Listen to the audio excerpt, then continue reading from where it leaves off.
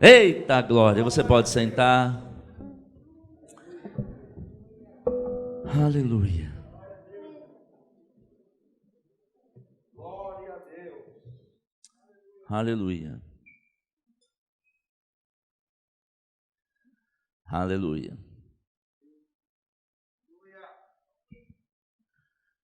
Glória a Deus. Vou esperar todos sentarem. Aleluia. Certamente o que eu vou falar vai deixar alguém vermelho, ou vermelha, melhor dizendo. Vocês viram a Kelly vindo limpar o microfone? Quem viu? Aleluia. Talvez a maioria da igreja nunca ouviu a voz de Kelly. Porque ela é quietinha desse jeito, ao oposto de outros. Queridos, na mesa de som existe o equalização. Quando tem mais som de um lado, tem que diminuir do outro. Mas o foco não é ele, que é barulhento mesmo, graças a Deus por isso. Mas quando Kelly veio ali, Deus falou para eu falar para os tímidos. É tempo dessa timidez terminar. Nós veremos tímidos, pessoas que têm essa personalidade mais quietinha, se levantar com uma ousadia. Uma ousadia. Eu estava aqui, falo ou não falo, mas o Senhor não me deixou avançar sem dizer isso. Não é só a Kelly, não é só a Maninha, não é só o Lucas. O Lucas anda para lá e para cá, tirando foto, tal, tá pegando tudo. Mas talvez muitos não ouviram a voz de Lucas ainda. Mas vão ouvir. Vão ouvir. Se levantando com força e ousadia. Graças a Deus para você que já se manifesta da palavra, do poder, porque no muito falar podemos nos equivocar, enganar e até falar besteira. Então não é pelo muito falar, é pela qualidade do que fala. Mas esses mais quietinhos, está chegando o tempo de vocês abrirem a boca de vocês. Talvez nunca seja como uma Tereza, um Glieber, um Eduardo Júnior.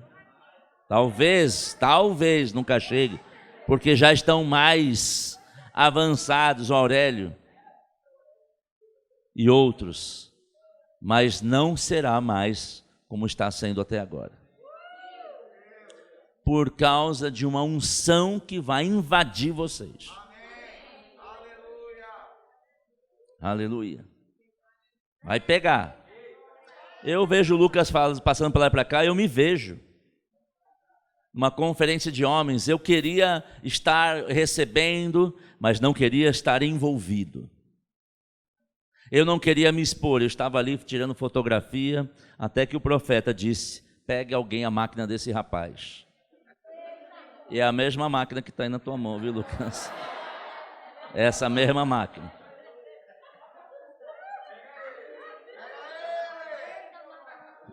E ele ministrou na minha vida. Eu caí e fiquei rindo meia hora no chão. E eu sabia que não era demônio, era uma alegria, uma êxtase vindo do Espírito. Eu sabia que era o Espírito de Deus. E graças a Deus eu destravei muitas coisas na minha vida. Amém? Não mudou minha personalidade mais quieta, mas me deu coragem e ousadia para pregar o Evangelho com força. Amém? Aleluia. Você trouxe a sua Bíblia, obviamente, se não no seu celular, de algum jeito. Eu creio que você tem aí. Abra comigo no livro de Judas, capítulo 1, versículo 20. Judas, capítulo 1, versículo 20. Eu estava meditando hoje pela manhã sobre aquilo que o Senhor estava tratando comigo, na minha vida. Obviamente, quando Ele tratou comigo, eu falei, isso não pode ficar só comigo. Temos que compartilhar isso com a igreja. E ele, como eu falei assim, Senhor, mas está tão bom o que o Senhor está tratando comigo. Ele diz, pois é, filho, o amor salva. Diga assim, o amor salva. Nós fomos salvos pelo amor. Você sabe que Deus nos amou primeiro e nos resgatou quando ainda éramos pecadores. Foi o amor de Deus que me salvou.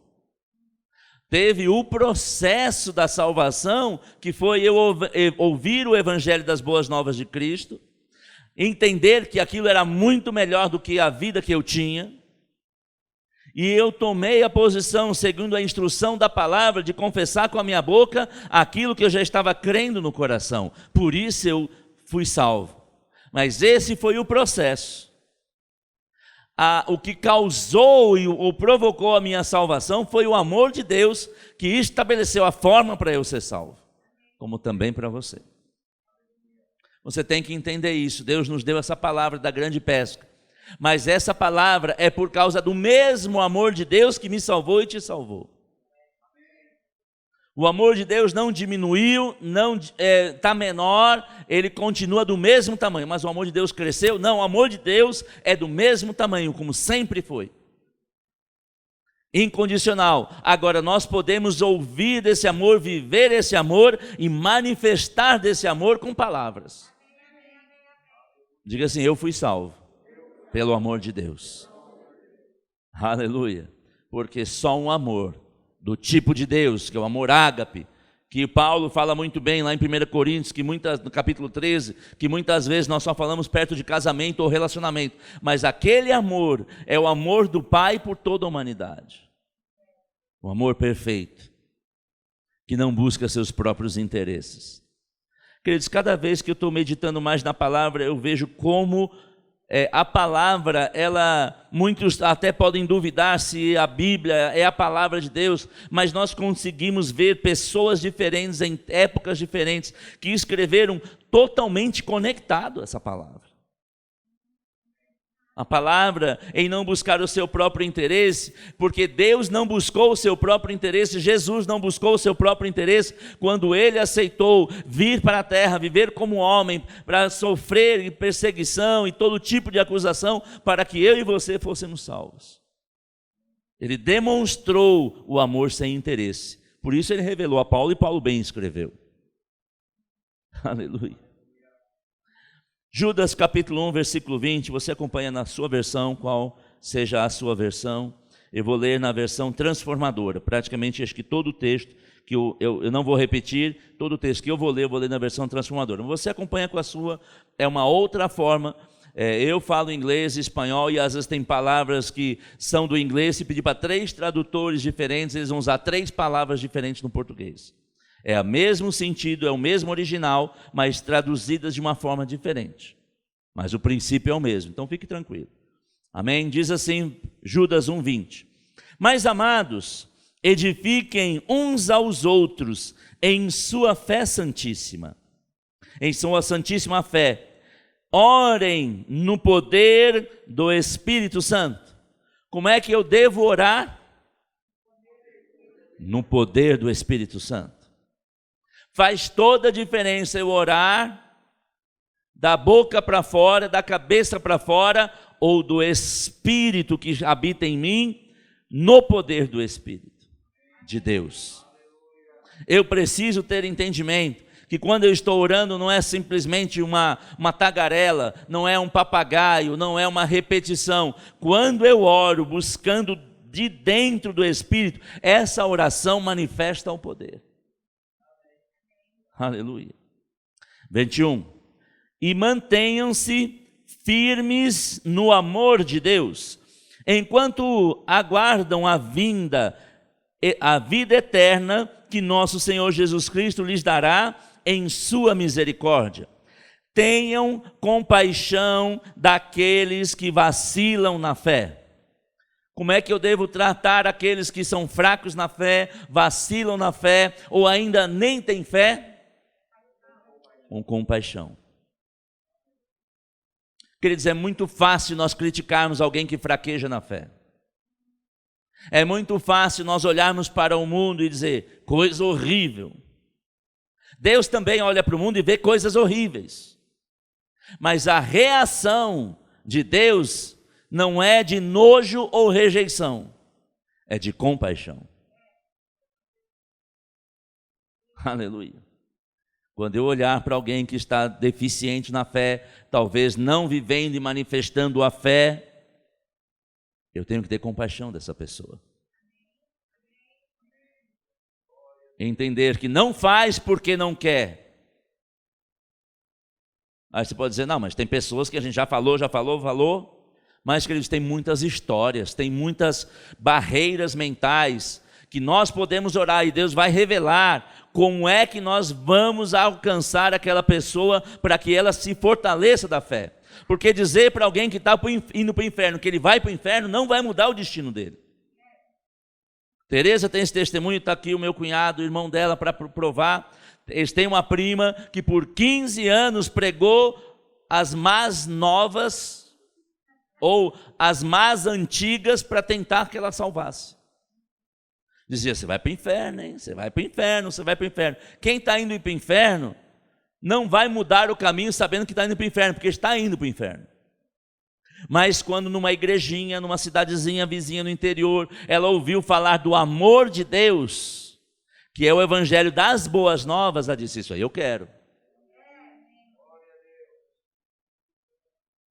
Nós temos que ter compaixão daqueles que vacilam na fé, ou que têm a fé na coisa errada. Não estou dizendo para você concordar nem fazer parte, mas ao invés de criticar, vamos orar com eles no Espírito, no poder do Espírito.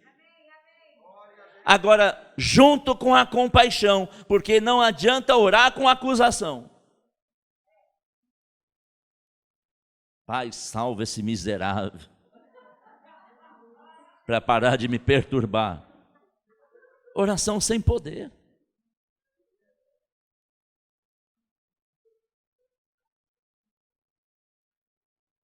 Tem que ter a compaixão envolvida. Aleluia. Verso 23. Resgatem outros, tirando-os das chamas do julgamento. De outros ainda tenham misericórdia, mas façam isso com grande cautela, odiando os pecados que contaminam a vida deles. Mas Judas está nos dizendo para resgatar os outros. Quando vejo alguém envolvido no mar da lama do pecado, eu não posso me contaminar com esses pecados, mas eu devo procurar de alguma forma resgatá-los para o Senhor. Aleluia. Eu não posso dar de ombros. Alguém vai falar. Esse alguém somos nós. Diga assim, esse alguém sou eu. Não é como esse cara sou eu, não. Amém? Esse alguém. O próximo é aquele que está próximo. Aleluia. Não, porque a gente pensa que o próximo é aquele que vem depois. Próximo está na fila, né, do banco, do mercado. Próximo, você diz, não, é o seguinte. Próximo na Bíblia não é o seguinte. Não é o que virá depois de nós. Somos nós que estamos próximos, Aleluia.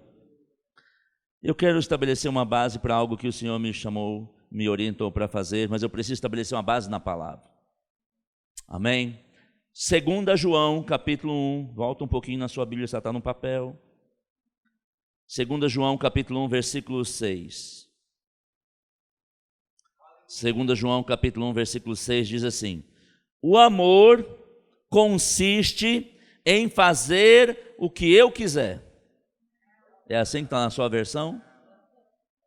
Na minha versão está assim: o amor consiste em fazer o que Deus nos ordenou. Isso quer dizer que se eu não estou fazendo o que Deus disse para eu fazer, eu de fato não estou andando em amor, não estou manifestando em amor.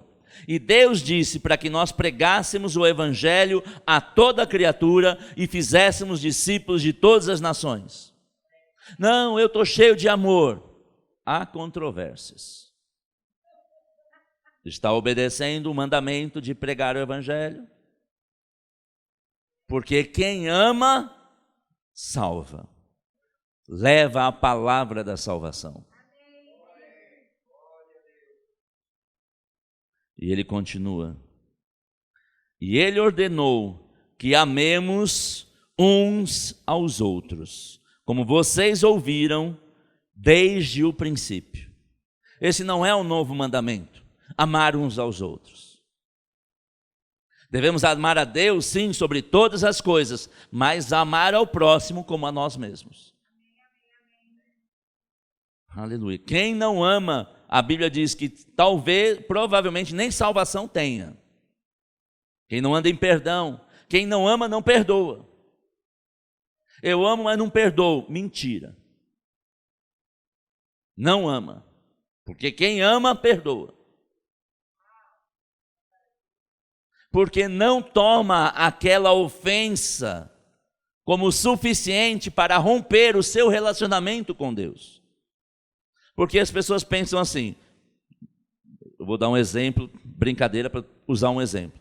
Pastor Zé Carlos, imagina que ele tivesse feito algo para mim. E aí eu rompo o relacionamento que eu tenho com Deus porque aquilo que ele me fez. Como assim? Porque se eu não me relaciono com ele, eu não amo, não tenho compaixão, eu já rompi o meu relacionamento com Deus. Não, eu só rompi com a pessoa. Se rompeu com a pessoa é porque rompeu com Deus. Porque o amor tem compaixão e o amor salva. Aleluia. Então veja se você não está com relacionamentos rompidos, porque você precisa restaurar primeiro com o Pai, para depois restaurar com o próximo. Aleluia. Gálatas capítulo 6, versículo 3. Se fosse no Rio seria 3.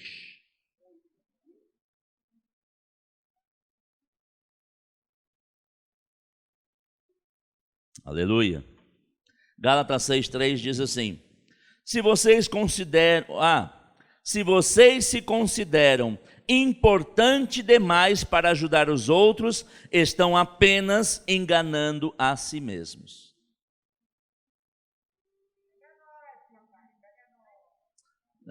Eu não vou falar não. Você acha mais importante? A Bíblia está dizendo, não é o pastor não, é a Bíblia, é Deus. Está dizendo, se você se acha mais importante do que o outro, de salvar o outro, de falar do amor para o outro, você está se enganando, achando que tem amor. Achando que está andando na palavra. Mas por que Deus está nos trazendo isso? Para Ele nos despertar, para nós amarmos e não nos considerarmos melhor do que ninguém.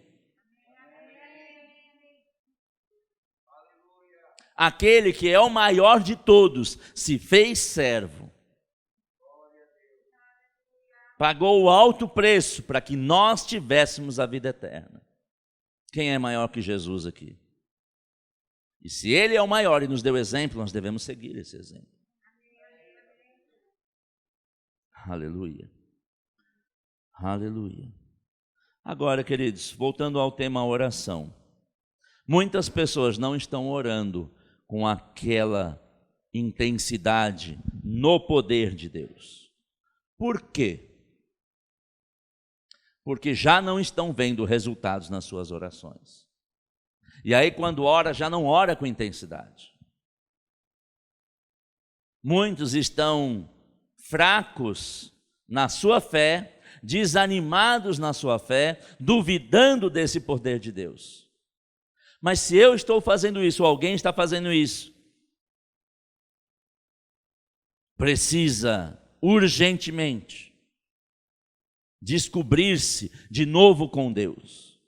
Porque se eu não confio que eu vou orar por alguém e aquela oração vai produzir o seu efeito, eu estou duvidando que Deus está falando a verdade. O maior problema não é eu não orar pelo outro, está na minha confiança naquele que diz que se eu orar ele vai manifestar. O problema é mais sério do que não orar por alguém. Porque a palavra nos diz claramente que a oração do justo pode ir muito em seus efeitos. E se isso é verdade, e eu creio nisso, por que eu não estou orando com intensidade? Mas eu já orei 1, 2, 3, 4 vezes e a coisa não aconteceu. Mas por que não aconteceu? Porque Deus é mentiroso? Porque Deus está mais fraquinho agora, a bateria está fraca? Não, Deus continua sendo Deus. E nós temos ouvido do poder de Deus se manifestando em diversos lugares. Então sabemos que o poder de Deus não diminuiu. A palavra dele não é mentirosa. Mas se meu relacionamento com Deus está enfraquecida a minha oração. E a minha fé por consequência. O que eu preciso fazer? Buscar de novo a Deus. Para salvar o outro, primeiro para salvar a si mesmo. Não, mas eu já tenho salvação. Mas a Bíblia fala para desenvolvermos a nossa salvação. Isso quer dizer que precisa de manutenção, que precisa abastecimento contínuo. Domingo eu falei sobre o pneu murcho. Bate numa pedra, racha a roda. O pneuma, o espírito precisa estar cheio. Eu não posso duvidar da minha relação com Deus. Eu não posso achar que o que eu vou fazer é algo que está corriqueiramente fazendo.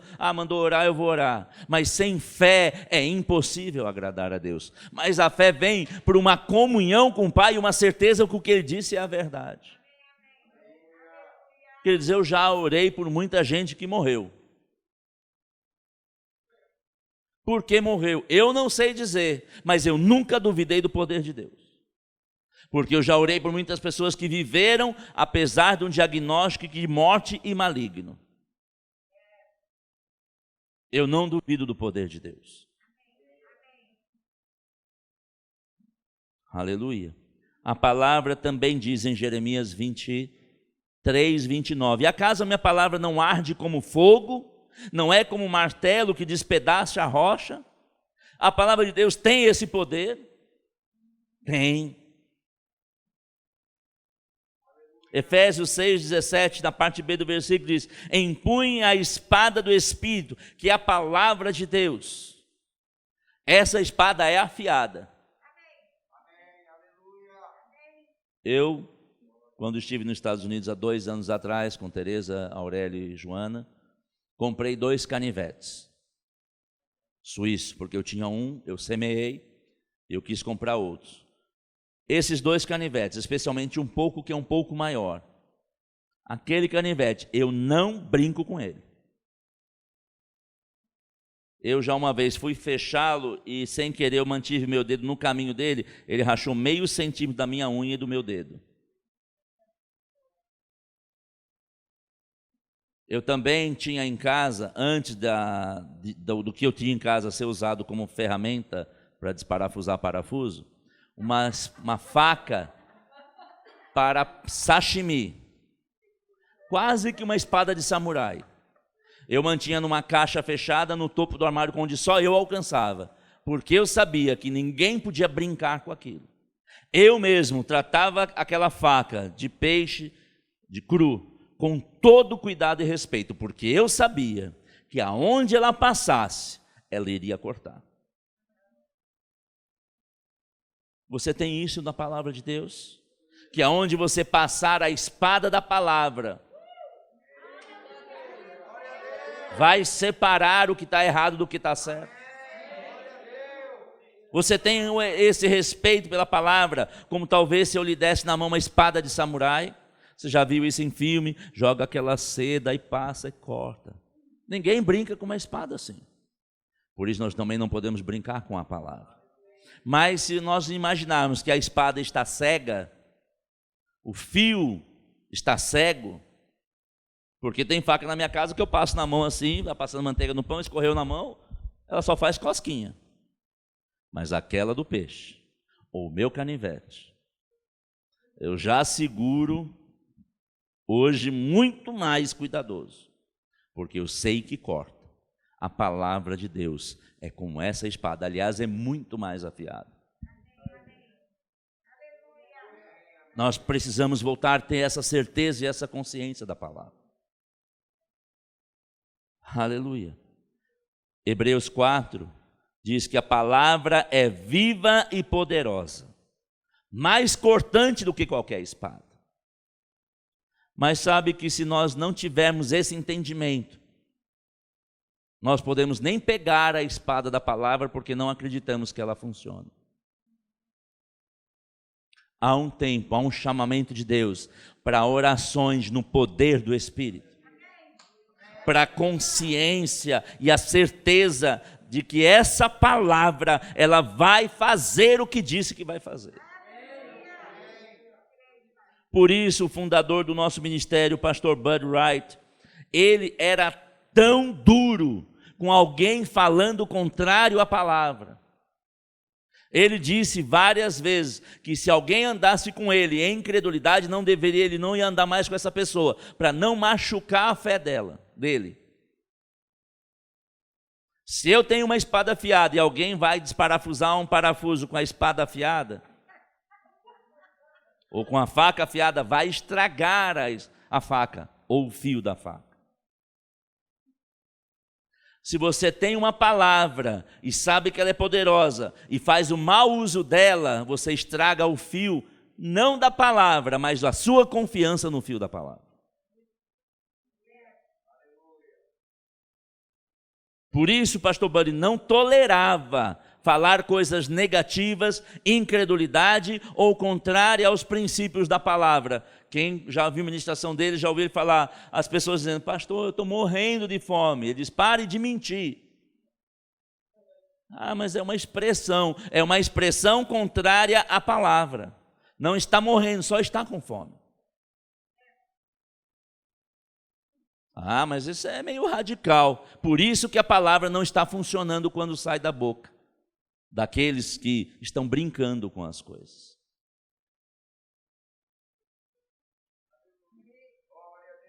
Aleluia.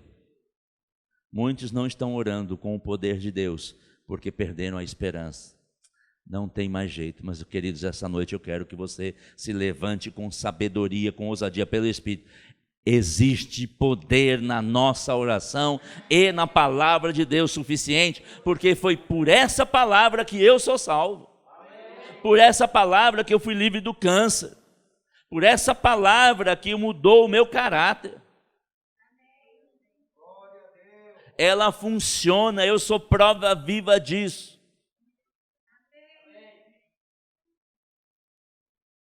Aleluia. Mas a palavra diz que quando eu oro, Deus responde. Ore crendo, com a expectativa, mantendo a convicção que a sua oração vai produzir o efeito para o qual você está orando. Aleluia. Aleluia. A Bíblia diz que a palavra não volta para Deus vazia. Aleluia. Tiago 4,3 diz assim: e quando pedem não recebem, pois seus motivos são errados. Pede apenas o que lhes dá prazer. Pastor, Deus, me leva até Nova York, Quinta Avenida, para eu ministrar para o perdido que está lá na loja da Apple. Me leva lá no Coco Bambu para eu ministrar para os perdidos que estão lá. Graças a Deus nós não podemos discriminar o rico ou o pobre. Mas muitas vezes nós estamos orando aquilo que nós queremos, não o que Deus quer. A oração com poder é orar a vontade de Deus. Quando oramos segundo a sua vontade, é certo que Ele ouve e responde favoravelmente. Aleluia. Aleluia. Atos. Deus tratou comigo, nós vamos orar. Mas eu creio que você vai orar com entendimento e vai manifestar o poder de Deus. Mas para nós orarmos, nós precisamos ter a base. Nós estamos no culto do Espírito Santo, o tema continua sendo a grande pesca. Mas, queridos, essa grande pesca vai ser pelo poder do Espírito de Deus. Sabe aquela pessoa que você estava desejosa que mudasse de vida, que deixasse a vida das drogas, do pecado, da traição para viver uma vida com Deus? Aquele nosso conhecido e familiar vai manifestar por causa do poder de Deus. Mas nós precisamos ter certeza da operação desse poder para orarmos com ousadia. A Bíblia diz em Marcos 11:23 que eu devo falar e não duvidar. O problema não é a palavra, é eu falar duvidando. Por isso eu preciso me encher da palavra e do Espírito para que eu tenha ousadia de ter certeza que quando eu oro, a coisa acontece. Não porque eu seja melhor do que ninguém, porque eu oro o que Deus quer e Ele faz o que Ele diz que vai fazer. Aleluia. Enquanto eu meditava nessa manhã desse texto, eu comecei a chorar. Falei, Senhor, está na minha Bíblia, quantas vezes nós estamos lendo e não estamos vendo, não estamos recebendo dessa palavra. Quanto tempo faz que você não chora orando e lendo a palavra? Porque já se tornou uma rotina, porque já se tornou uma atividade. Receber da palavra não pode ser uma rotina, uma atividade. Tem que ser um momento de prazer, um momento de busca para nós mesmos, com Deus. Aleluia. E eu creio que esse mesmo sentimento que estava em mim quando eu estava orando de manhã, vai chegar a você, você vai estar orando, e a revelação vai chegando, e você vai se derramar, dizer, Senhor, muito obrigado, mas me perdoa por não ter visto isso antes.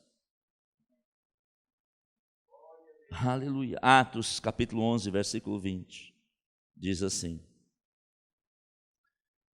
contudo, alguns dos discípulos que foram a Chipre e Cirene, de Chipre e Cirene até Antioquia, começaram a anunciar ao gentio as boas novas. Diga, anunciar as boas novas a respeito de Jesus.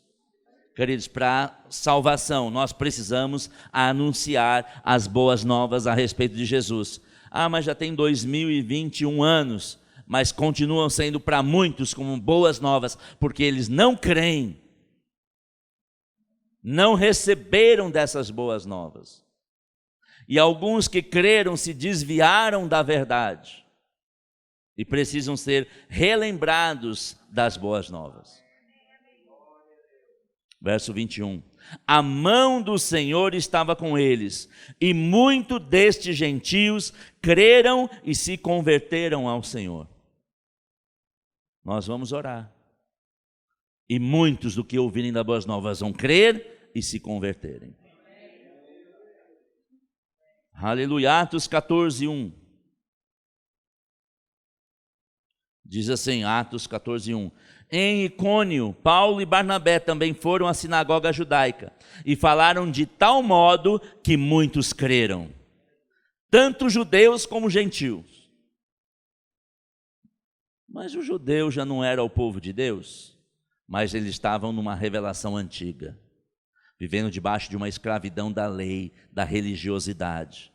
Tem muita gente dentro de igreja, não estou dizendo que você vai ofender ninguém de igreja, mas quando essa pessoa estiver próximo de você, você vai falar das boas novas, que Deus, Ele não é um Deus que pesa a mão, é um Deus que ama, perdoa e cuida. A pessoa vai dizer, esse Deus aí parece diferente do da minha igreja, que mata. Não, Deus não mata. Mas o povo em ignorância e em desobediência morre. Mas não foi Deus que causou isso. Porque Deus é vida. Deus é amor e quem ama não mata. Tanto judeus como gentios. Nós vamos falar de tal modo, de tal maneira que as pessoas dizem, eu quero esse Jesus. Eu quero esse Jesus. Eu preciso desse Jesus. Atos 17:4.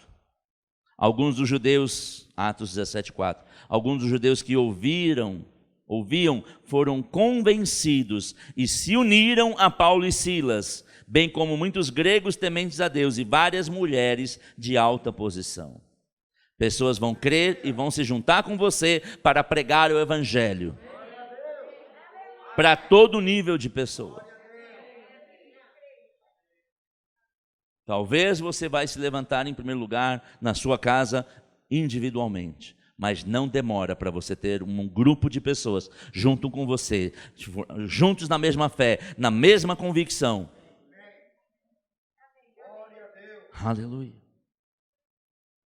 Atos 21, 19, diz assim: depois que Paulo os cumprimentou, relatou em detalhes o que Deus havia realizado entre os gentios, por meio do seu ministério.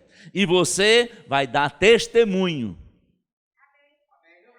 Esse relatório, ele estava dizendo, olha, nós fomos ali e isso aconteceu, pessoas foram salvas. Você vai vir e vai contar os testemunhos de pessoas que você pregou o evangelho e foram salvas. Aleluia. Porque isso fortalece os demais. Aleluia. Então, quando você estiver pregando o evangelho e pessoas serem salvas, anote telefone, nome. Faça o seu relatório. Até porque não basta botar um bebê no mundo, tem que cuidar dele, dar alimento, dar leite, dar palavra no princípio, até se fortalecer e poder receber alimento sólido. Nós não vamos só pregar o evangelho para salvação, nós vamos cuidar destas pessoas que foram salvas. Fortalecê-los na fé. Aleluia. João, capítulo 15, verso 16. Vocês não me escolheram, eu os escolhi e os chamei para ficar sentado na igreja.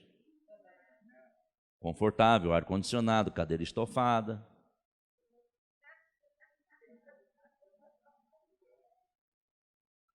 Eu não vou dizer o que você está fazendo aqui ainda, porque nós estamos no culto e recebendo o aprendizado da palavra e da influência do Espírito. Mas isso quer dizer que se você só está dentro da igreja, você não está fazendo aquilo para qual você foi escolhido e chamado. Não, eu já estou fazendo muito, eu vou na igreja toda semana. Está fazendo nada ainda. Que bom que você vem para receber do alimento da influência. Mas não foi para isso que Deus te escolheu, te chamou. Foi para que produzam frutos duradouros, para que o Pai que lhes dê tudo que pedirem em meu nome. Se você se levanta, prega o evangelho, produz frutos de salvação, tudo aquilo que você precisa, o Pai te dá.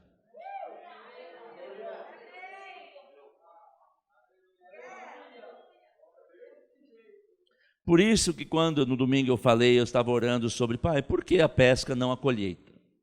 Ele disse, porque a colheita é o seu próprio interesse de plantar para você colher. A pesca é você faz o que eu te chamei, você salva o perdido e eu acrescento. O acréscimo é consequência. Enquanto que muitas vezes a colheita é o nosso objetivo, pensando em nós mesmos. Enquanto que quando você pensa no outro, Deus acrescenta o que você precisa. Aleluia. Aleluia. Eu queria pedir para o Gleber um teclado, por favor. Deixa pronto aí o que eu pedi, ainda não. Isaías, abra sua Bíblia no livro de Isaías, capítulo 66, versículo 8.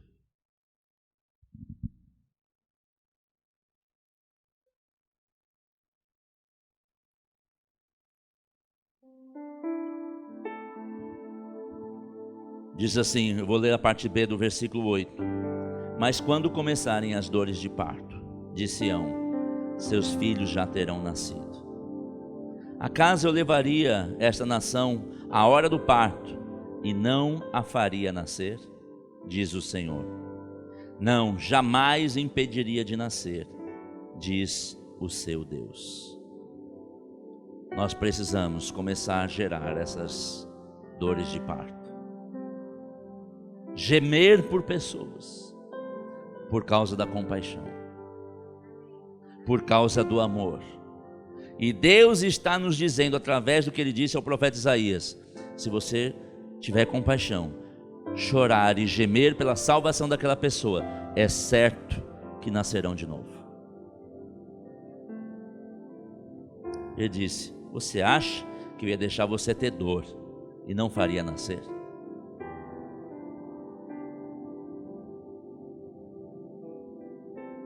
Muitas pessoas não nasceram de novo porque nós não quisemos ter dores. Não quisemos pagar o preço de orar por elas.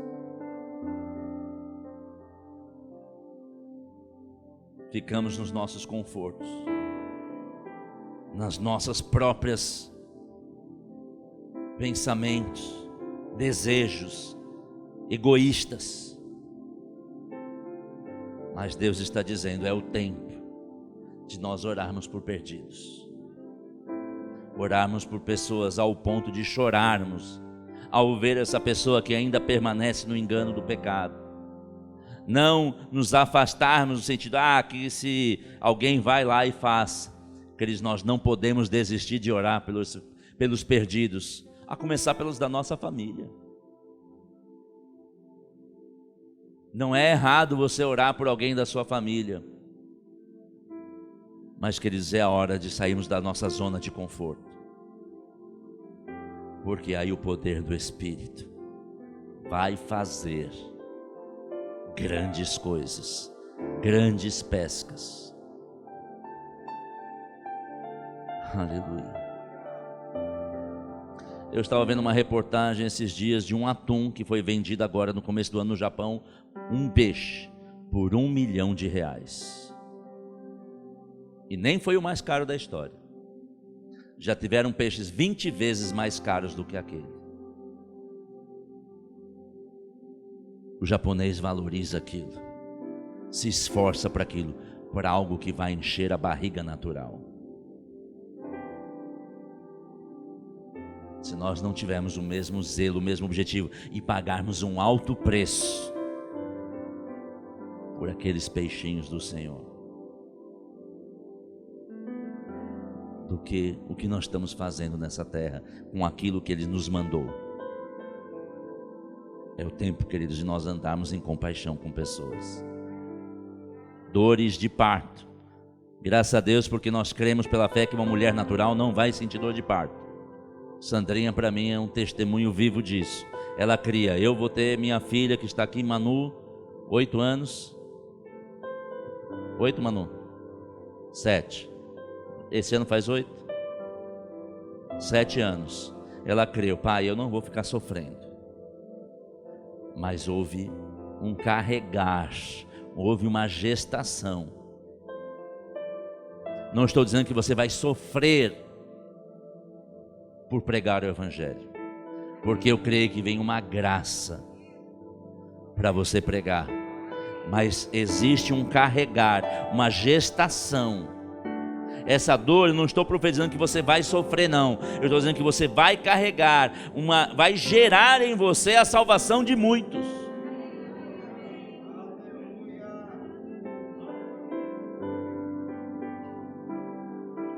E vai chegar a hora e vai nascer.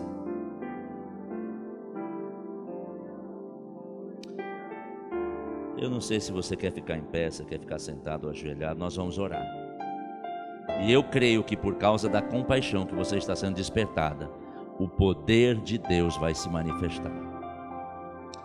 Eu pensei em ler e você repetir, mas eu creio que é mais benefício todos lermos. Eu coloquei a nossa oração e a base bíblica para a nossa oração. Aleluia. Então vamos ficar em pé, eu creio que é melhor, porque senão o cansaço. Tem letra a mais, que eles nos perdoem, me perdoe, na verdade, não, me perdoe, porque foi eu que escrevi. Se tiver um erro de português, tudo bem. Você entende, nós vamos ler correto, amém? Mas que você faça essa oração não como uma repetição porque o pastor falou. Faça dessa oração a sua oração. Depois você quer estudar em casa, as bases bíblicas estão aí. Essa foi a minha oração hoje. Vamos orar juntos. Senhor, ajuda-nos a anunciar as boas novas a respeito de Jesus, pois cremos que a sua mão está conosco para que creiam e se convertam ao Senhor. Deus é cooperador conosco, nós somos cooperadores com Deus. Vamos orar, o que a base está em Atos 14:1. Diga assim: Senhor, os fortaleça para que falemos de Jesus de tal modo que creiam. Nós vamos orar por aqueles que vão ouvir o Evangelho. Senhor, dá a ele força para que eles creiam no seu poder. Eles vão crer por causa da oração de poder que estamos fazendo. Próximo. Espírito Santo, que cada pessoa que ouça a nossa pregação seja convencida e se unam a nós aqui na igreja Verbo da Vida Lapa. Por que nós estamos orando assim? Porque nós vamos cuidar dessas pessoas.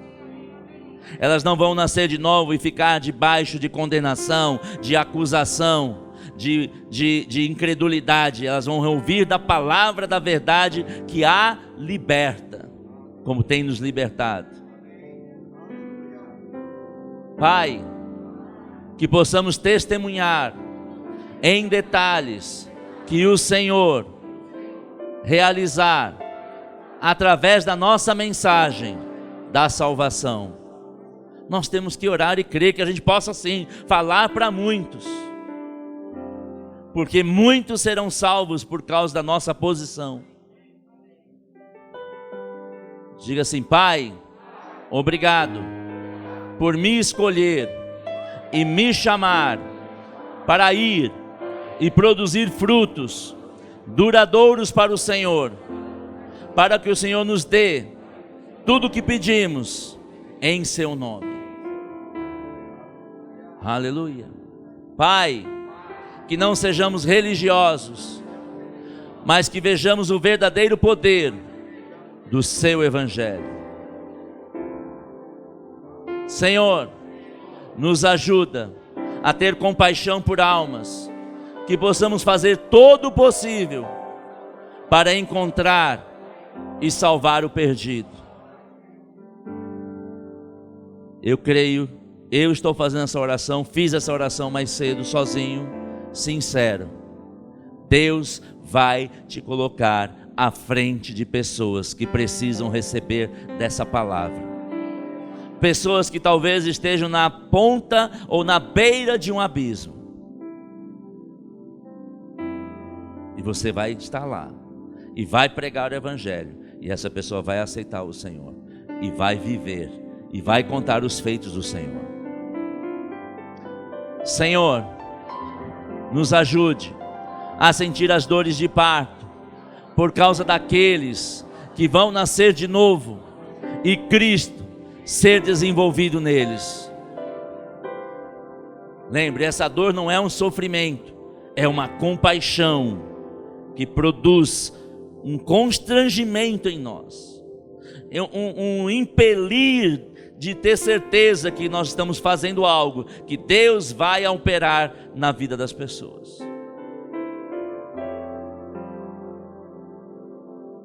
Terminou? Amém. Vamos orar no Espírito um pouco.